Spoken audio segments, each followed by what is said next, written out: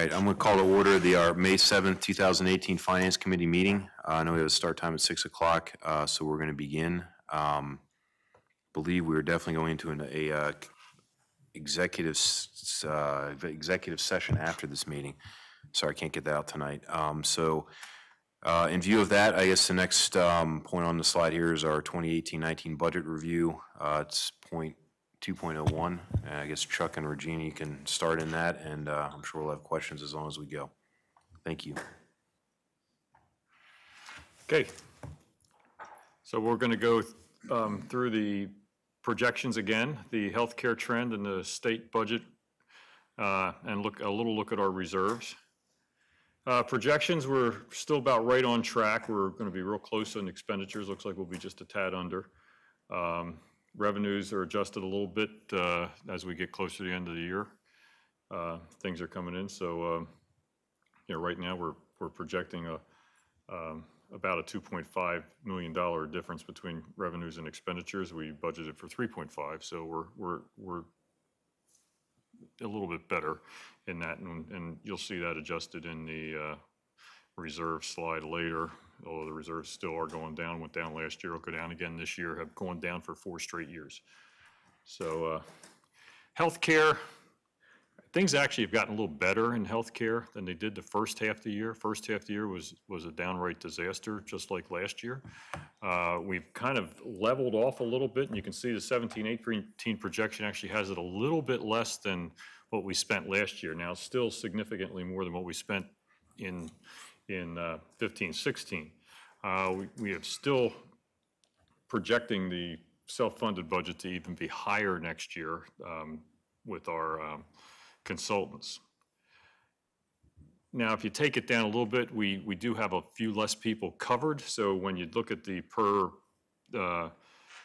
employee per month cost, and this is the total employee per month, so it's our covered employees.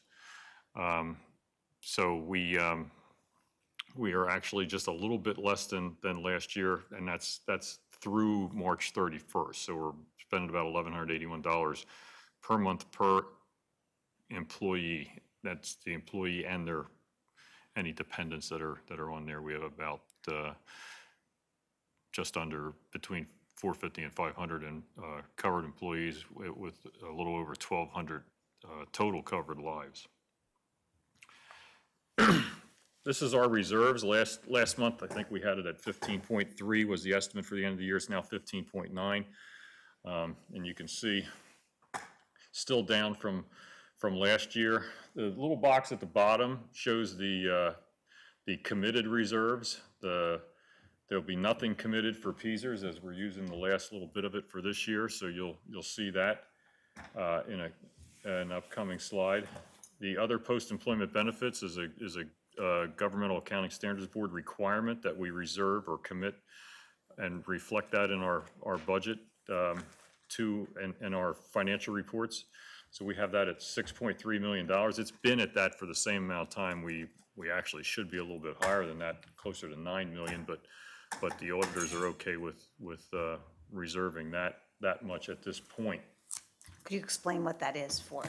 So in the contracts, in all different contracts, there are certain things that are in contracts, all the contracts for post-employment benefits. Like, for example, a teacher's contract requires us to pay out a certain amount of money for sick leave. They get a certain amount of time for medical benefits after they retire right now. That entire number, whether they retire or not, it basically is a look at anyone eligible, and according to the rating agencies pushed for this about 10 years ago to be added into our financial reports and to be accounted for in the financial reports, so that when someone's looking to buy one of our bonds or when we look to borrow money, it's a more reflective view of what is actually outstanding and due by the school. So in addition to that, there's also a cost for the health care for currently right now teachers get 3 years after retirement, and all that is factored in to that calculation. So it includes people, not only the people who are up for retirement this year that have been approved by the board or are going to be approved by the board, but it's also anybody that is eligible for retirement and could tomorrow hit the lottery and then cash out from us, you would owe that. Devereaux, that's what DEV is, about $500,000. It's the obligation we have actually for the Philadelphia students at Devereaux if they don't pay. Philadelphia is still lagging. We've had this issue for in excess of 15 years. And it's the students that are placed at Devereaux that we cannot, we're responsible for anybody at the Devereaux campus on Mapleton campus on Sugartown Road that's educated there. So our responsibility as the host school district is if a sending school district doesn't pay their tuition directly, it's our responsibility to make sure they pay it. So for every school district except for the city of Philadelphia, if a school district refuses to pay it, just say Phoenixville refuses to pay their tuition for a student at Devereaux, we initiate what's called a subsidy intercept, which takes away their subsidy and pays the tuition directly to Devereaux. Takes it away from the school district that has refused to pay it. Philadelphia is exempt from the subsidy intercept provision of the school code. So there's some issues with payment of that. So that's why it was a lot bigger years ago. It is kind of stabilized in the $300,000 to $500,000 range. And then the final number at the bottom would show what the proposed designation for the subsequent year's budget is. And this is just another bar chart on the historical look at our reserves. You can see this will be another reduction in the reserves this year. The Capital Reserve Fund reserves, this is just a repeat of the one you had last month. Was not updated, but you can see how that is falling and why we have to deal with the deferred maintenance issues in a little different way this year with the additional the debt money, which was used for maintenance, was used for buildings, was used for that, is still going to be used for buildings. It's just going to be used in a different way. So it's not like we're taking a debt number and making it something new, another new item. It is going to continue to pay for the similar kind of maintenance of facilities that the original debt number had done when we renovated and built the buildings in the last 15 years. Here's the planned use of reserves. We have a plan for this coming year to reduce it a little bit, and we'll show that in a second, and then kind of level it off in the out years after that as we have no more pension funds. So years ago when Governor Rendell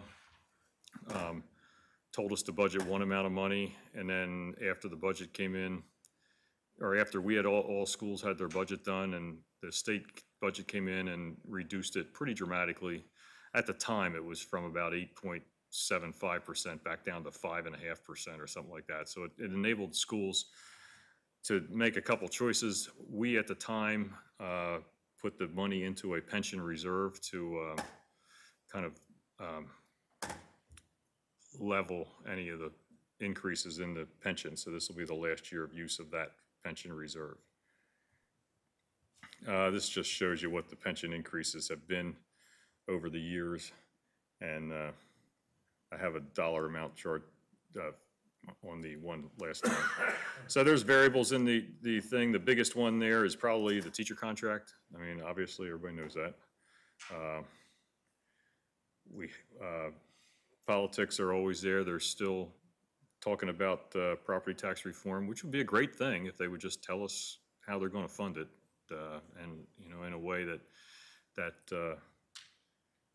it would be fair to anyone in the what I'll call the 9-county Philadelphia area, because essentially most of the property tax reform legislation will take all of your sales and income tax and distribute it all throughout the state, and we would end up with a negative on almost every one that we've seen. Special ed, still a little bit of an issue, but still a big issue. And the benefit costs, which include pension care and health care, pension and health care. So here's the budget. Here's some changes since the last meeting. We reduced the personal care aid budget by $300,000 as a result of that RFP you awarded last month. We hope to have the contracts finalized and brought back as we promised for approval. You did award the RFP. This will be the approval of the contracts. Talked about our healthcare benefits kind of leveling off. Prescription actually is doing even better. So we've reduced the prescription budget. It looked like it was going to go up. We still have a forecast of it going up in the long term with specialty drugs and things that we talked about with Gallagher back in the fall. And the Workers' Compensation Board, we're in a self-funded group with about 80 school districts. They actually reduced our rate by about $150,000. So we've taken these things out of the budget for next year. Chuck, if I may, so the $300,000 for the PCAs, that actually reduces the payment to the CCIU for marketplace services, or no? Well, the PCA budget was in the, even though it's through a third party, it's in the IU budget. That whole thing is being removed from the IU because you've awarded it to Insight, which is not associated with the IU. So the IU budget, which last year we spent $2.7 million on the personal care aides. This year we're projected to spend about $2.8 million. We had budgeted $2.8 million for next year. We've reduced that back to 2.5. That will not be in the IU budget. It'll be in the Insight budget, who is the new firm. The IU will continue to have the special education instructional aides, which is a much smaller pool of aides at this point, but they will continue to have that. So the marketplace budget for the CCIU services, payments for services will increase probably 1.3%. Is there anything else that we are likely to contract through the marketplace that we might be able to go out with an RFP to possibly reduce costs like we did there? Well, we're in the midst of a translation RFP, which is not as big as this, but it's a $200,000 line item that continues to grow at a pretty exponential rate through the intermediate unit. We're working on that right now. But short of that, the rest of it is really, at the IU budget are really the tech school, the kids at the CDC, a lot of things like that. It'd be very hard. You have to get down into the program items, and that would mean bringing people, either contracting totally out and bringing somebody in. And teacher-wise, there's some issues with that because of the transfer of entity. You can't just take those classes and bring them back in-house. Even if we could do them cheaper, you would have to bring in their teacher with them. We went through that about 20 years ago when we started bringing classes into ourselves or in our thing. There's a thing in the school code that basically says if you reduce a class that you're using through a class, like an intermediate unit, if you reduce numbers and you bring in numbers, if you stop using a learning disabled class, let's say at the IU, and bring it in-house, if that teacher at the intermediate unit has no place to go, you have to hire that teacher, that person, not just that, so you get that person or the lowest on their seniority pole or totem pole, so to speak, comes in. And in actuality, we are not big users for the CCIU marketplace services. There are a lot of other school districts that contract a lot of different things out of that bucket of what they provide within that budget. We're a very small user. I just thought it was worth throwing out there. This, the RFP, if you remember when we spoke about the special education costs, the PCAs, or the personal care assistants or aides, were a very, very large percentage of that. And that's why we went with the RFP, and that's why we can consider, we're hoping that will continue for two reasons. One, the cost the hourly rate per aide will be lower. But also as we transition for fewer students to need personal care aides and increase the number of instructional aides, which are a lower cost support, if that makes sense. So we're attacking it twofold.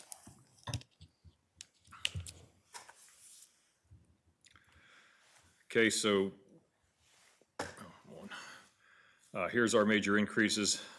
Then the adjustments have basically been made to the benefits and special ed category to reflect what we just talked about. Everything else is essentially the same.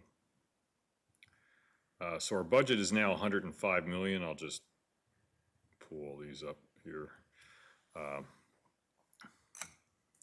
Down from 105.7. Local sources, we have a budget gap now of recalculated of 4.9 million.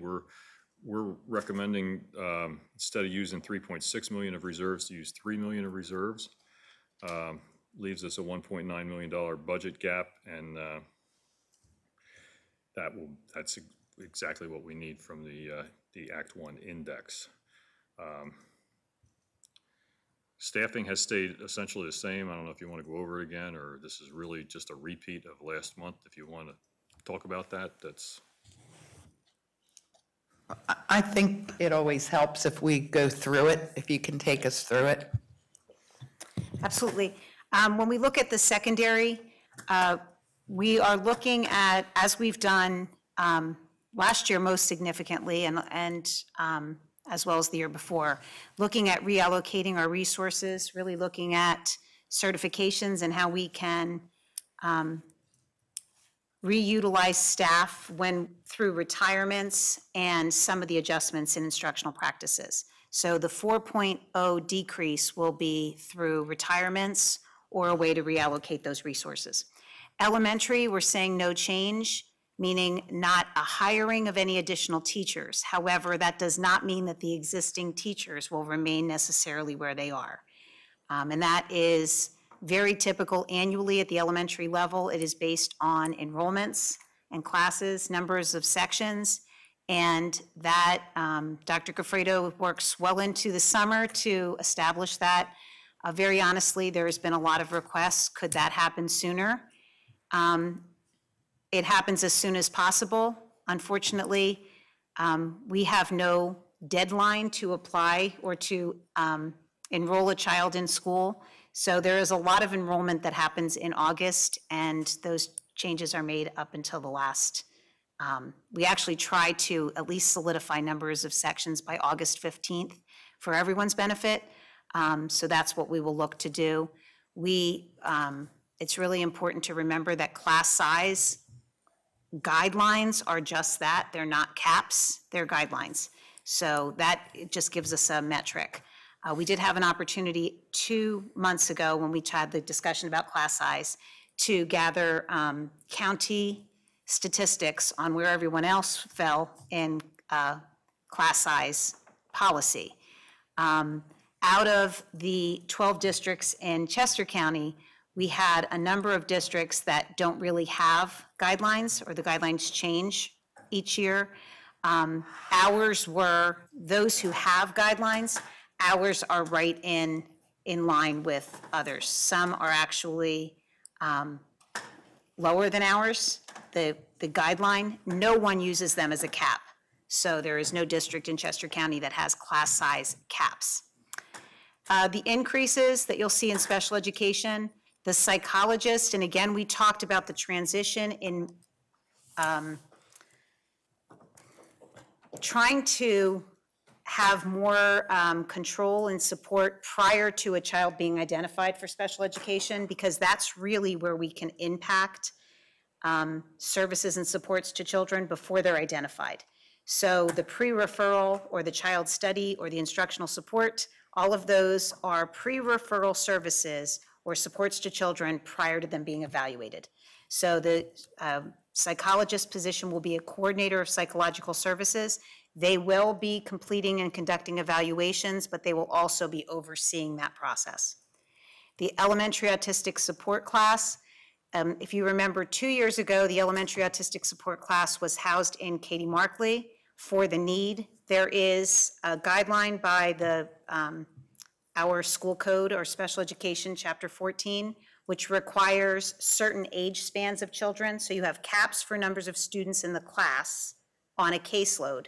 And then you have stipulations to the ages of those students in the class. So for example, you can't, if you have children in grades K to 2 that need autistic support, they cannot be in the same classroom physically with students in 4th and 5th grade.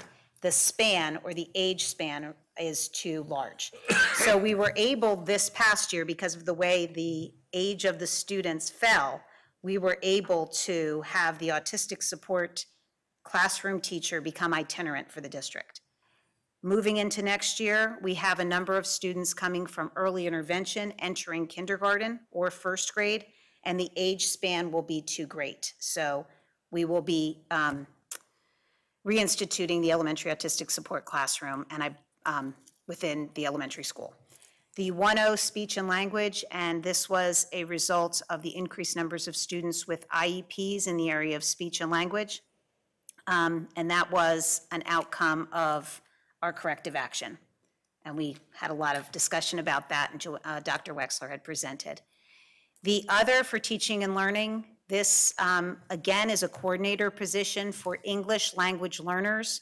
Our percentages have increased drastically, and we're really going to be pushing to get services closer to the point of a student coming into our system in the area of ELL services, to try to minimize those students who struggle for a longer period of time requiring services and then potentially services in special education. So it's all trying to be very much more proactive as our demographic changes. So the estimated total would be 0 positions increased.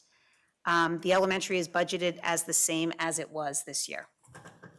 What's going on with art at the high school? Same question. With art at the high school, as was posted, we have 2 retirements in the area of art at the high school. And I was asked a number of questions, will they be replaced? For every single position, the most responsible thing to do is evaluate the need rather than just assume that if someone retires, we need to replace them. So it is very premature to say we will need 2 art teachers or not, because at the high school level, it's really dictated on class enrollments. So student course selection has been completed. Dr. O'Toole is working with the high school administration on putting together those schedules. And we really want to be careful in just assuming that that will require 2.0 art teachers if in fact it won't. So no decision has been made on that, but we are watching it very closely. And certainly if we have a need to replace both teachers, we certainly will. But we don't want to assume that that's the case. Would we reduce we have a fairly wide variety of art class offerings, which I think are really important to the kids' education. Would we reduce them? Let's say there's enough need from students that we need whatever 0.3 of a teacher or something, because otherwise we can't get I don't know, maybe we can get 0.3 of a teacher, but would we consider eliminating certain art classes so that you could stay to a certain number? Or would we find a way to continue to offer the same variety of art classes so that all the kids who want to take those classes still could? Yes, our goal is not to disallow students to take courses that they want to take. The reality is sometimes students don't take the courses that they don't get their first choice because there are only 3 or 4 students who want that. So it's finding that balance of not providing every student their first choice if it's only that student and 3 of their friends, or that student and 2 of their friends. We've gotten really creative at saying maybe this class can be run in the same room with the same teacher, so you can have 2 classes simultaneously happening, overseen by 1 teacher, and then have 8 to 10 or 12 students in the class. So we're really balancing that. A lot of time and effort has gone into looking over class sizes at the secondary level and balancing that, making sure students are receiving what they should be receiving without being irresponsible about it. So, and I'm sorry, I was corrected about I believe we have 1 art We will have 2 teachers not returning for next school year, but it's just one is not a retirement. So I just wanted to clarify. Gina, I have a quick question, hopping back to the ELL. Obviously, all districts in Chester County are experiencing a tremendous uptick in the number of non-English speaking students that are matriculating into the districts. And I'm sure it's a heavy burden financially to bring those students up to the level of where they need to be in order to be fully immersed in the educational experience here. Given the fact that it's just not Great Valley, and this is not germane to this budget, upcoming budget, but what discussions are there at the county level and with the IU to perhaps have countywide services or, as some other states do, welcome centers for students who do not speak the language, to have a standardized English education immersion opportunity? And the IU does, there are consortiums, just like Dr. O'Toole works with the other curriculum coordinators throughout the county, and they have 4 pockets, our high school principals, our elementary principals, I go with the superintendents. There is a lot of support around what issues are needed to be addressed in the county. The hesitancy we have, the IU would certainly provide us with additional services at a cost. So the balance is really looking at how can we benefit from the collective wisdom and best practice without paying for it. So More cost than it would be to have an ELL teacher plus comp and ben. yes, yes. Real quick, back to the art subject. I mean, the other thing people have to realize too is that when children make their course selections, there are times when kids, I guess overcommit's not the right word, but they may want to take Class A and Class B, and those 2 classes are going to be offered at the same time, right? And unfortunately, the child needs to make choices, just like we all make choices in life.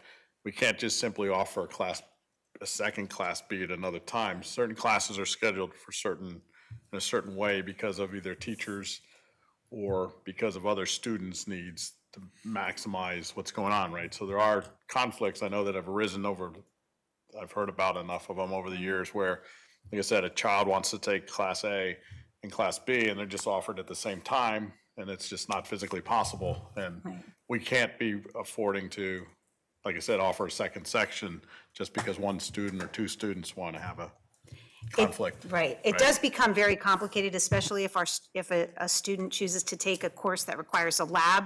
So that could take a period and then a second period every other day. So you have to find something that wraps around the lab. So it does become very complicated. The goal is to really align what classes the student is taking with their desired transitional outcomes. So that's where it becomes challenging. So what would you like to take, and then what is in your best interest to provide you with an education at the next level? So all of that goes into it. And Dr. O'Toole has been working much more closely with the high school over the last 2 years in those conversations. I just want to say, this is something that every year, at least one of our students is not happy.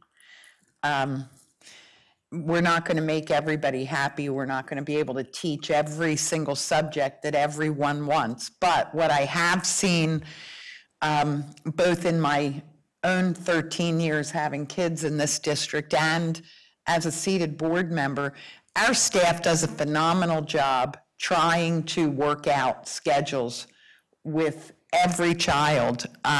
It's amazing how much effort goes into that. So I have faith that even though, at first pass, maybe somebody who didn't get first or second choice is going to be happy with third choice just because of the way it's handled very sensitively. So I'm confident that we'll be able to work those things out. I just want to clarify my comment. I've lived through that too. I know that we do a great job at it. I just wanted to make sure that there was no conscious effort going on to reduce the variety of art classes that we have, and it sounds like there isn't. So I'm satisfied and thank you. Yeah.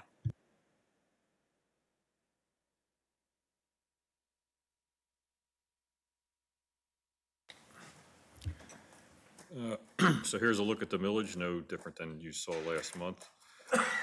Our 5-year financial picture, we've adjusted a little bit with the reduction in the budget.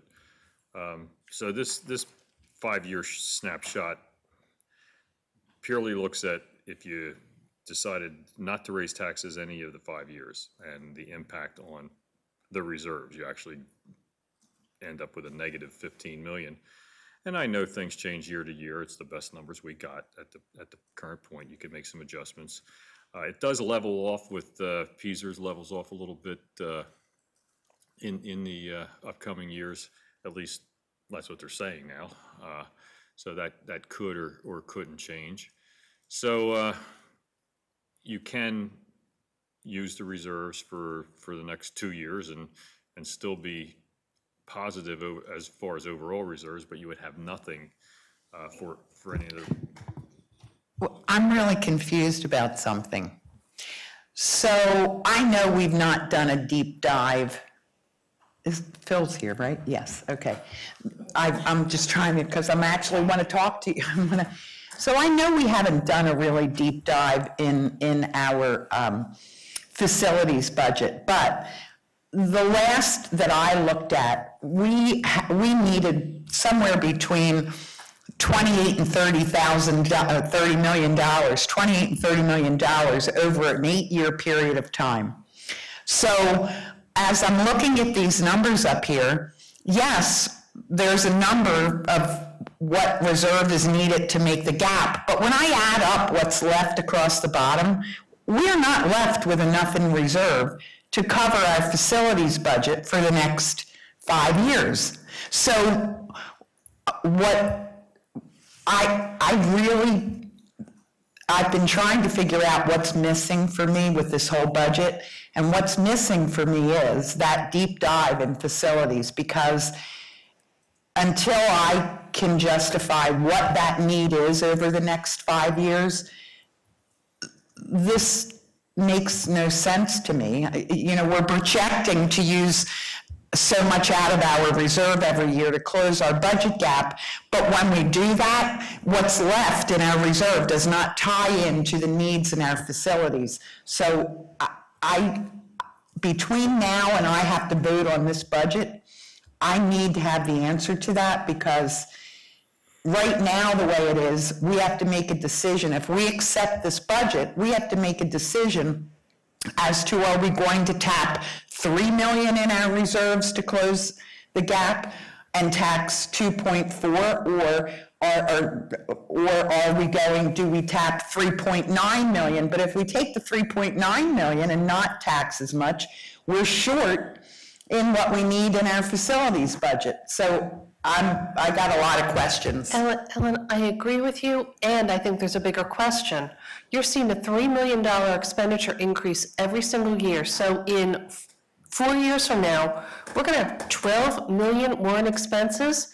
Chuck, does that cover any of the capital needs, or what is that based on, especially as we're coming off debt service? I don't understand what the increase in expenses, is it based on increasing student population? Well, it's a flat contribution to the capital fund from the debt account, which, as I said early in the meeting, you're really taking that reduction in debt and using it now for the same thing the reduction in debt was used for originally, which is fixing your buildings and maintaining them.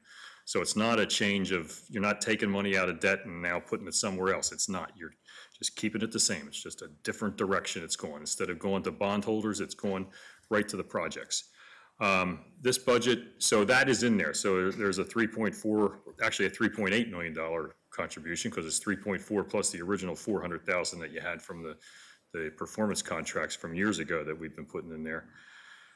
Now, that being said, the increases to the budget are just that. There's only a 2% payroll increase. That's payroll. That's salary increases and new people increases. So there's not, and there's only a limited a 6% benefit increase for not including PSERS. The PSERS we did, that's up till 1920, and then 8 years after that for the benefits increase. So those are the big items. So So really, could I just stop you? What would be helpful, I think, to answer Mary's question would be, can we know how, and I'm perfectly fine with exactly your explanation, and I know how the money's getting in there. But and I know, what's coming out, but could we see how much on each line is that debt service that we're putting back in so that we see what the difference is? well, like I said, on each line, it's 3 point. Projected all of it. We talked about this in the past. Yeah, So the whole thing, the whole positive is what we're putting back in because of the debt service. I don't, the whole positive, what is included in the expense line item, the 105 million, 108 million, 111 million, 114 million, 117 million, is a $3.8 million contribution to the capital fund. 3.4 from this year's debt, which is just, now instead of paying your mortgage company for maintenance, you're paying for your own maintenance, your deferred maintenance. And so that's every year. So that contributes to the $15 million in the hole if you don't do taxes. So you do have that. That's a whole different scenario. And another forecast that we do have, I just don't have it here for tonight. I could do it for next week. It's easy. The forecast for facilities. You can see, I mean, the facilities, what's on each year for the next 5 years, and then we have the 6 to 10 year projection, is in the $4 to $5 million range a year, high threes to just under $5 million range each year. And then that's assuming there's no major thing down the road, and we'll see. See, that's my point. As we're building this, I think that we have to, since we know what we've deferred, and I mean, I sat on facilities for 4 years. We know what we've deferred. We know how much over budget we were in this budget. We know what we're projecting that we're going to need. And for me to approve a budget, I need that next line to come down. I need to also see what our capital needs are in each one of those years, so that then I'm confident that what we're building and what we're needing is going to be in place. And if it's not, then we need to have a conversation as to where it's going to come from. Because this kicking this can with our capital, our repair and improvements has really gone on for a while. So it would help me. Does anybody have a problem with instructing for the next meeting? Phil, is that okay that we now do a deep dive on our capital expenses with our facilities? We have not looked at I don't think it makes facilities. sense to put that in there. I don't know, Chuck, where you want to have that show up under expenses.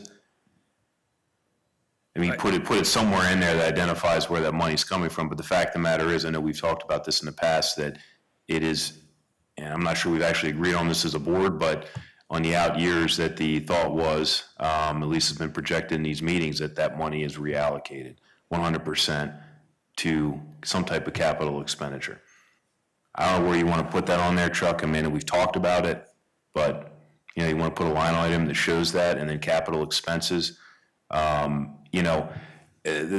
capital expenses in the facilities meetings, I mean, I know we've talked about these things, but I mean, I don't remember the last time we actually sat in this meeting here as a whole board and went through that to look at a 5 to 10 year projection. I think that's important. We have a tendency to see what comes up and just say, that's fine, we'll spend it. It needs to get fixed, but I think maybe we need to come back and look at this in the next meeting. Okay. And I know we allocate a lot of this out to these committee meetings, but this is kind of an important issue. And it seems like every time it kind of comes up in these meetings, our public meetings, it's just kind of pushed off, and it's just, we'll deal with that later. But I mean, I guess we need to talk about it now. It's important. And look at those things on that list. They need to be ranked and prioritized. They need to be determined as whether or not what can be pushed down the road. We spent a ton of money to, this year to replace a roof on a building. That was mandatory. We pushed that off for a while, but I think we as a board need to sit down instead of relegating it to a committee and kind of roll our sleeves up and put a little more focus on it. And the reality is, what's left in the capital reserve is what we're projecting we're going to use to close our budget gap and what we need in our repairs and our facilities budget. So I think when we look at it like this, without actually seeing what needs to come out each year in facilities, I don't think But we. some of us have, studied the facilities budget, have listened in, have gone to meetings, have a really good idea of what is coming up. Like, for example, I can tell you that concrete outside the middle school, like, that's a big need right now. Like, it is a hazard. And there's a whole bunch of other things where I could walk through line by line. So I wouldn't say that all of us don't understand. I think. Not us, I'm talking our public. Okay, So well, when I feel like Phil said that the board doesn't have a good grasp of where, what we have necessarily, and some of us do. I think what. Well, I think I'm talking about the board as a whole, and I do appreciate the work of the committee and people that participate in that, but I think from the standpoint of when we're having discussions about spending $105, $108, up to $117 million, that, those questions with regard to capital expenditures are not showing up here in a way that makes sense to not all board members, but maybe some. No, I mean, so maybe it just means that the facilities committee, comes and gives a presentation along, just giving us an update from their meetings or something. I don't know that we need to reinvent the Jen's wheel. not here this evening, but I think she would Yeah, I think that's graciously what- accept the invitation to come in here. Yeah. She's been That's what wanting we to haven't have this seen in a conversation. while, and I think that's a fair question. Well, we haven't seen the presentation, but we also need something on these slides to show that our facilities numbers every year are real numbers that are going to reduce the holding in that capital reserve bucket. I know you guys get emails, the same emails I do, and the public doesn't see it up there. And I understand it, and so do the other people who sit on the committee understand it. But for the sake of transparency and having everybody understand where their money goes, for me, it needs to be put up there. So I need to just, if we can recap, I do want a little more than just Jen or somebody presenting. So we're gonna work on the slide and get it up there? What I'm thinking, on April 10th, the April 10th, 2018 Facility Subcommittee meeting, within those documents, we actually have the 5-year. I think if we put a line right there under expenses and identify the capital fund and just pull it right from here to show what's going in, and I think that way it can sync it. And then the additional detail is provided when you go into the document, but at least that would target the amount. Well, I think that what's needed is not just a line. I think it's a slide up there showing what we think we haven't done this in this meeting. We might have done it in facilities meeting. But what the whole board hasn't seen is a slide up there, I think is what everybody's asking for, that shows, whatever it is, for the next 5 years or 10 years, what we think we're gonna spend money on, right? Tennis court, roofs, concrete that's falling apart, whatever it is, and what we think the estimated costs are, so that we have a very good understanding of it's 3.2 million for the high school roof this year. Next year, it's 3.5 million for X, Y, and Z. The year after that, it's for A, B, and C. I think that's what we're asking for.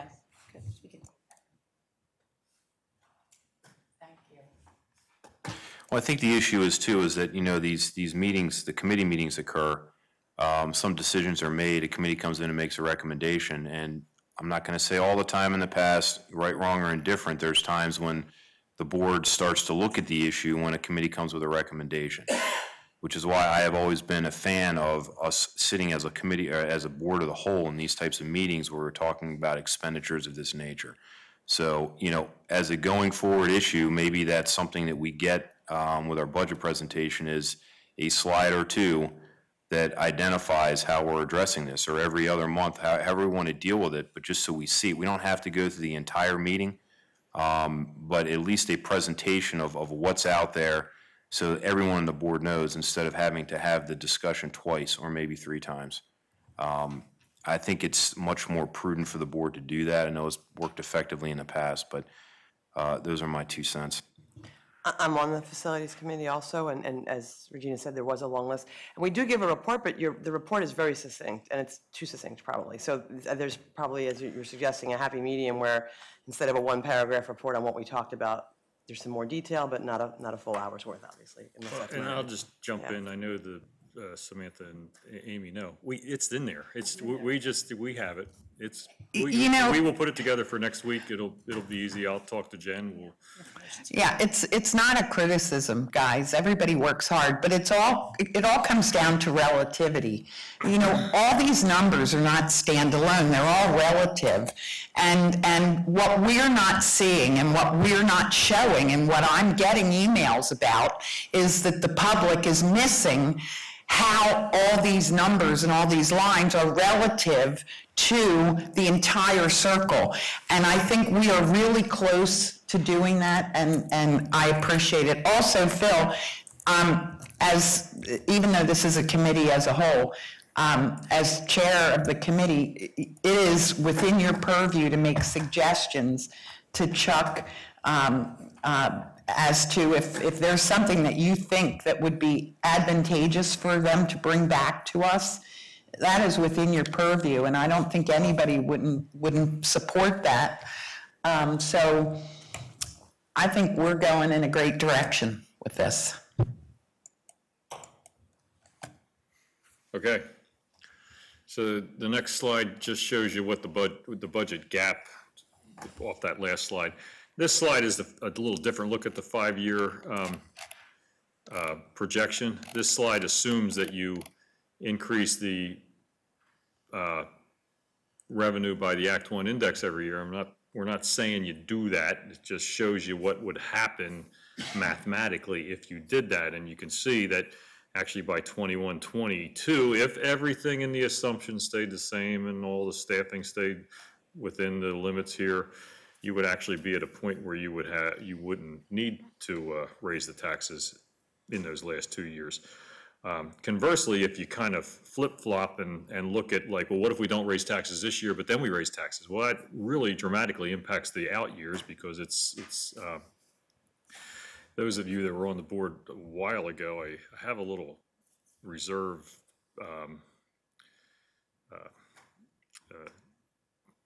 practice thing that you go over. It's kind of a reserves 101 on how the impact of just driving your reserves down to nothing and not using up all your reserves and not having any reserves, how that really impacts what your effective tax rate is over the long haul. And it's amazing. It's just math. I'd say that's my favorite line. It's just math.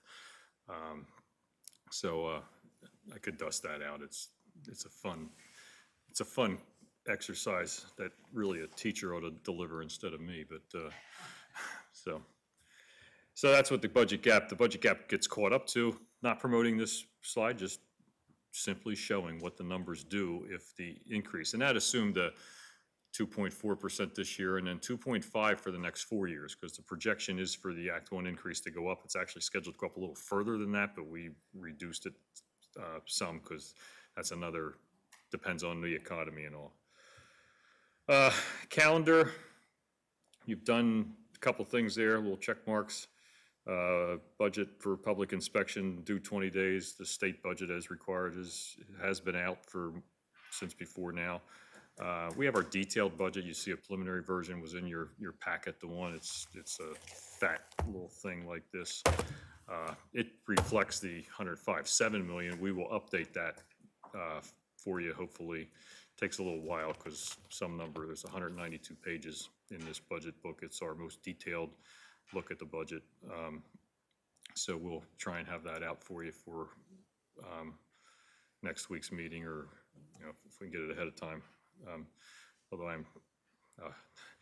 as Regina would know, we got some little bit of bad news on Linda today. She is out for 4 more weeks. Her doctor it's not going well. She's not doing too well. So we're kind of struggling. For those that think I have an endless staff, I have one, and we have 4 people in accounting, which all have jobs other than Chuck's job.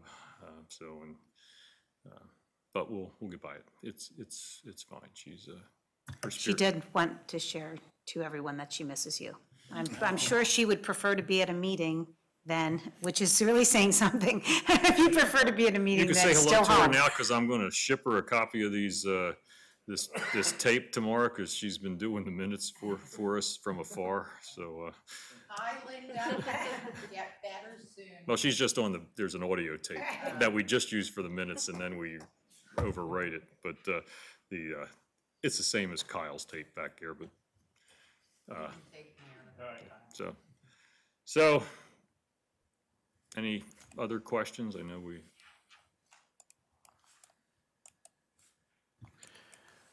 All right, seeing none, I guess we'll announce 2018, 2019 school year Finance Committee meetings, October 1, 2018. I guess at a time to be determined. February 4th, 2019, April 1st, 2019, May 6th, 2019 as needed. I guess any other questions that the board members want to submit now to the board, to the administration? On any other items, finance or otherwise? I guess we're going into